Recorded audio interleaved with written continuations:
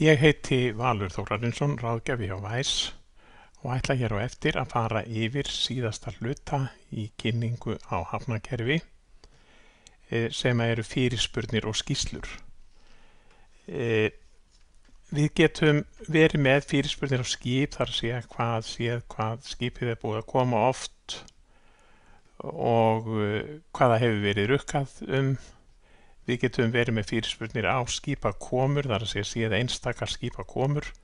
Nú við getum verið spurst fyrir á viðskiptamenn, séð og þá erum við að skoða reikninga sem gerðir hafa verið á viðkomandi viðskiptamenn og því á hvaða skip það er.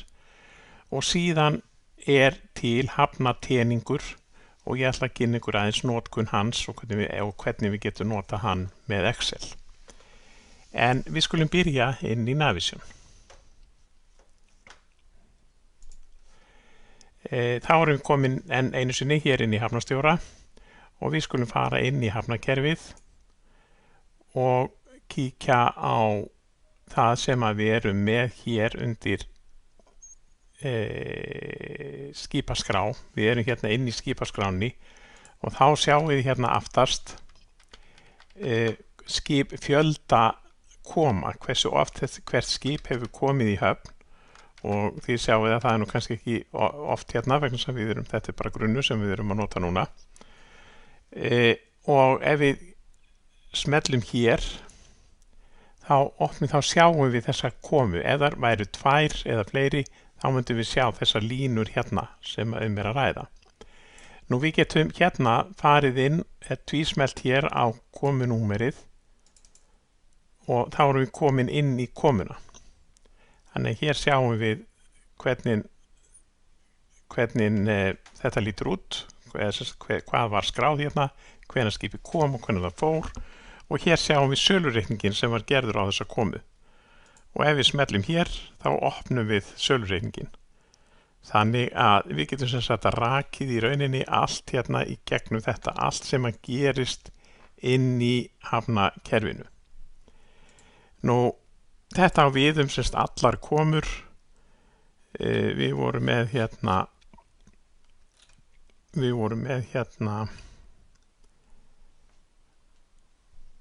smábátana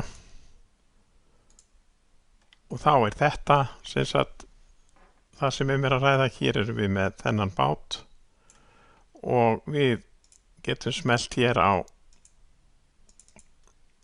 komunúmerið og þá sjáum við hérna síðasta sölureikning og við getum opnað hann og sjáum hvað er á honum. Þannig að þetta getum við gert allstaðar inn á öll skip.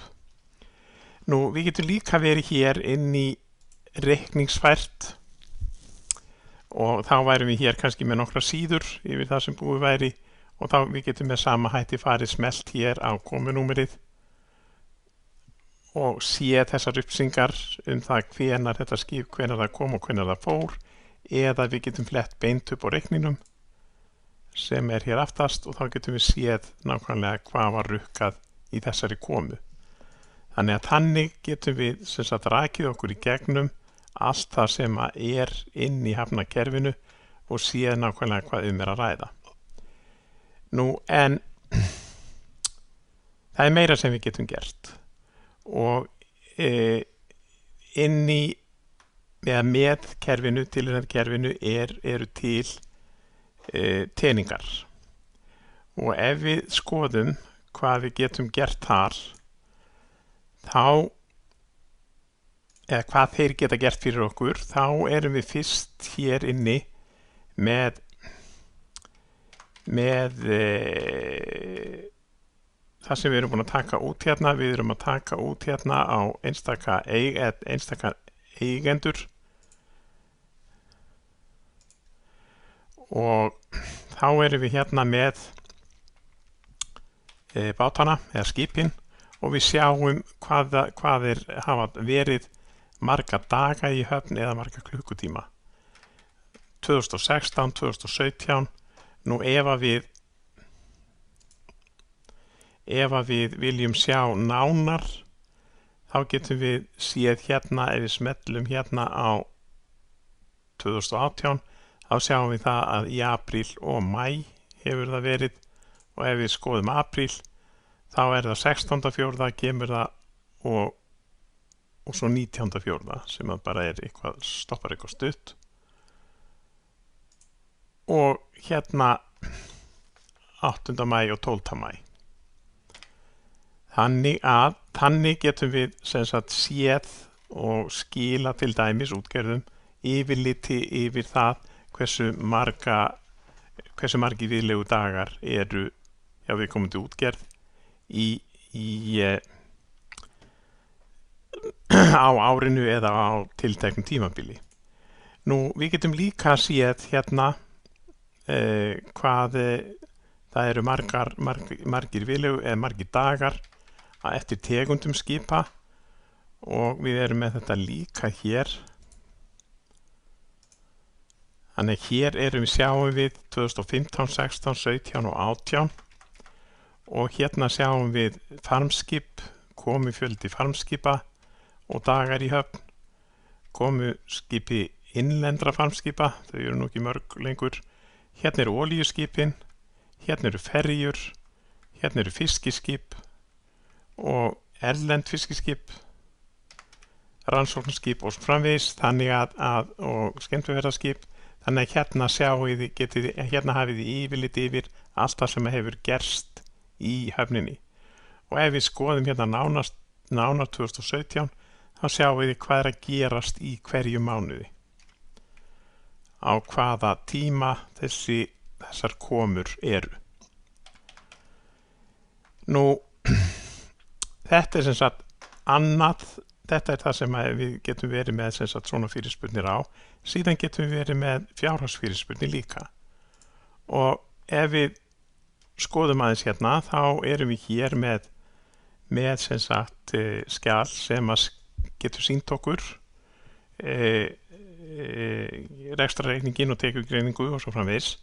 Og við skulum byrja á því að skoða hérna 2017 og það júlímánuður sem við ætlum að velja. Og þá förum við hér inn og veljum hérna rekstrarreikningin og þá sjáum við hérna rekstrarreikningin í júlí 2017, þá fáum við stöðuna í bókhaldinu á leigutekjum, þjónustutekjum og öðrum tekjum.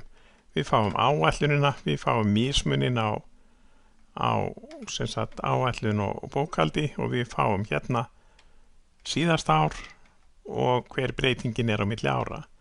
Og við erum með gjöld, laun og starfsmannakostnað, vörukaup, þjónustukaup, framlög og styrki og afskriftir með sama hætti í rekstrargjöldunum og síðan fjármagnsliðina. Þannig að þetta svona heildari yfirlit yfir það hvernig staðan í rekstrinum frá einu mánuði til annars. Nú síðan erum við með tekjugreiningu hérna og hér erum við að skoða 2017. Þá sjáum við hérna, þetta sem sagt vigtun, hvað við höfum haft inn í vigtargjöldum.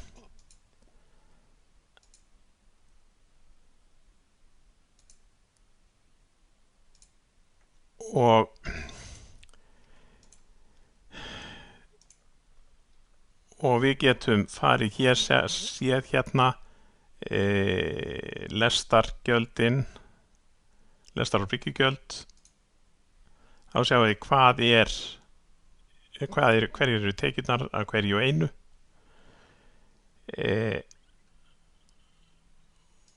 Og hér fyrir neðan erum við síðan með vörugjöldin, annars vegar vegna innflutnings og hins vegar vegna útflutnings.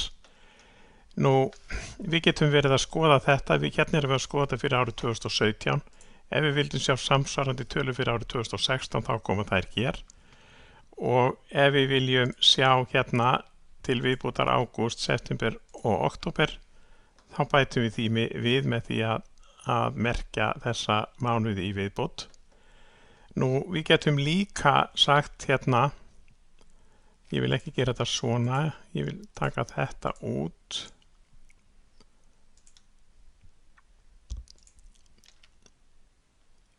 Ég vil bara vera með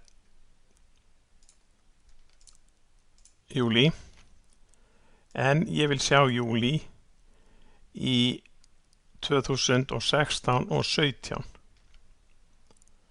Þannig að þá sjáum við hérna hvað hefur gerst 2016 og 17 hver er munurinn á milli ára. Þannig getið þið leikið ykkur með sem sagt upplýsingar út úr kerfinu á allt það sem er skráð þar inn. Nú þetta er svona það helsta það hvað þið getið tekið út og hvernig þið getið tekið það út, en þjónustu deild Wise mun að sjálfsögðu aðstoða ykkur við það að búa til svona skjöl og eftir því hvað það er sem að þið viljið vera að skoða hverju sinni. En þá þakka ég fyrir.